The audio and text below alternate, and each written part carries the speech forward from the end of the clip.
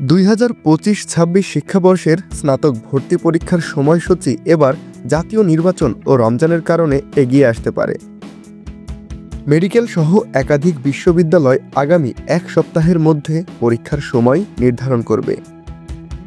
স্বাস্থ্য শিক্ষা অধিদপ্তরের তথ্য অনুযায়ী এমবিবিএস ও বিডিএস ভর্তি পরীক্ষা ডিসেম্বরেই হতে পারে। একইভাবে ঢাকা বিশ্ববিদ্যালয়ও চলতি মাসের শেষ সপ্তাহে ভর্তি আবেদন শুরু করে ডিসেম্বরের মধ্যে পরীক্ষা শেষ করতে চায়। জাহাঙ্গীরনগর, রাজশাহী ও চট্টগ্রাম বিশ্ববিদ্যালয়ও নভেম্বর থেকে জানুয়ারির মধ্যে ভর্তি কার্যক্রম শেষ করার পরিকল্পনা করছে।